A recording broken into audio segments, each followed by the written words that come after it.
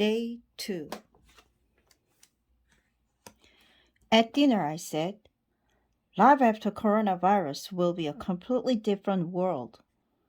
The formula for living and making money will be completely new.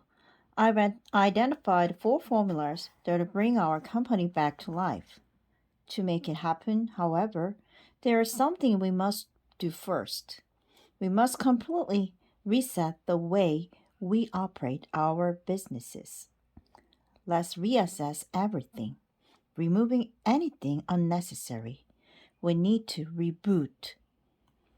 Over the next few months, our company charged ahead with rebooting all our business lines, clearing out anything that wouldn't fit into the changed world. It all went according to the 4 rebooting formulas. 4 months into the crisis, and fortunately, my company has continued to function.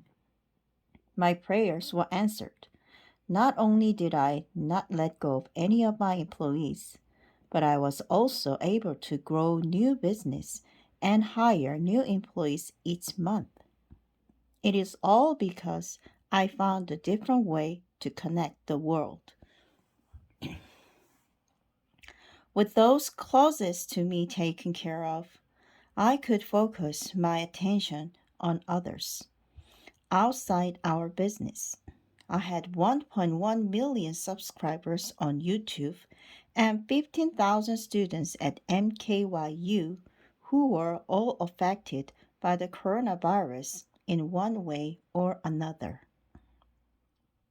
While working from home, a single mom was notified that her job was gone.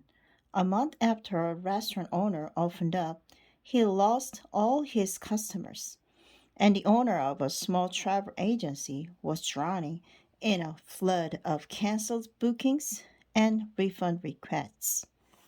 Countless people were losing their jobs or businesses. Even worse, nobody knew the way out of situation. All they could do was hope for the coronavirus to disappear and life to get back to what it used to be. Looking at the distressed people around me, I decided that I should write a book. I needed to share with others what I had learned and do it properly. I wanted to find solutions, not just for my own situation, but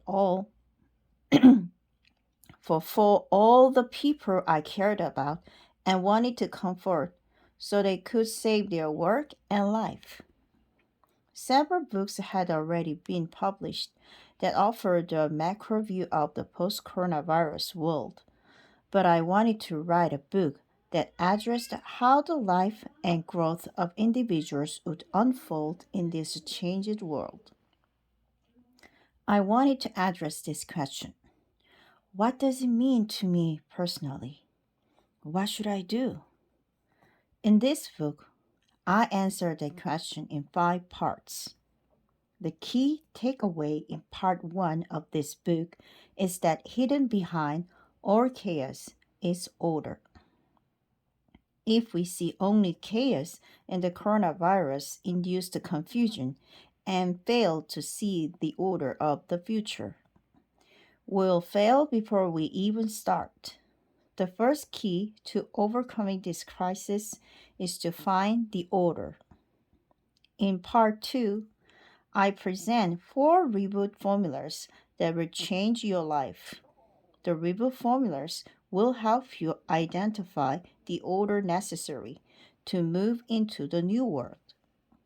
The 4 formulas are what we use in my businesses whenever we plan for the future. They serve as the standards for evaluating risks and decisions. I'll outline each formula and offer ideas for applying them to your life or business in order to maximize your chances and thriving in the post coronavirus world. In part 3, I will walk you through the process of writing a reboot scenario.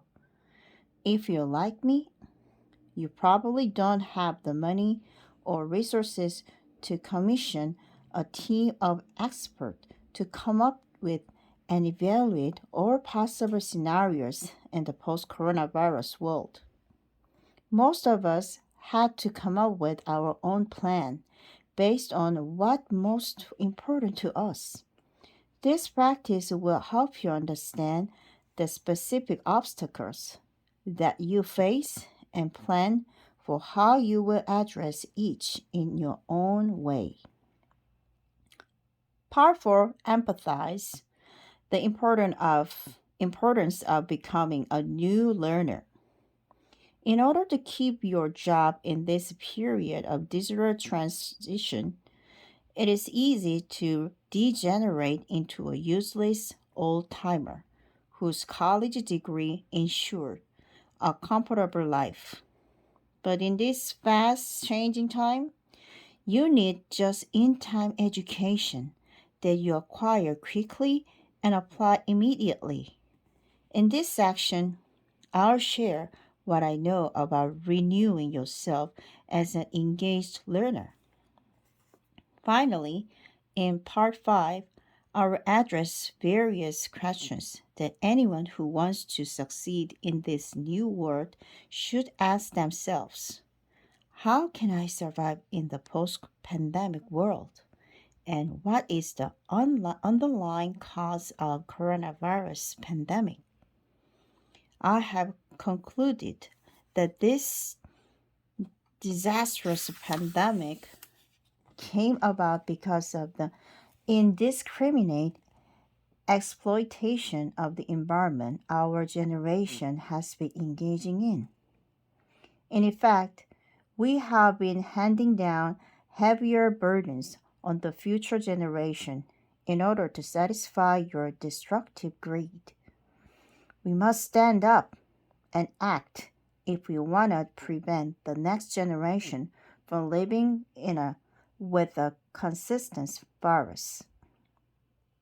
I'm not an ecologist or environmental activist, but I have been deeply impressed by the people in these fields who have pointed out that we must make our possible effort to save the environment so that our children will have a better future. I will also try to answer the question, how should we pull together to find courage and hope for ourselves as we stand amid this disaster?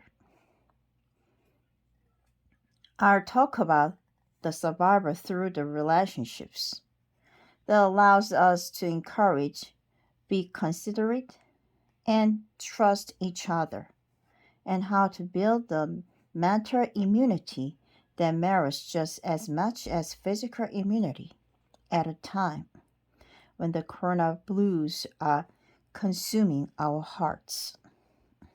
I wrote this book with the mindset completely different from the one that I had when I wrote my previous books.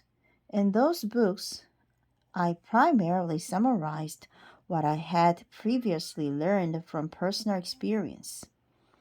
For this book, I wrote almost in real time as I studied and gained insights into the ways in which I myself could survive.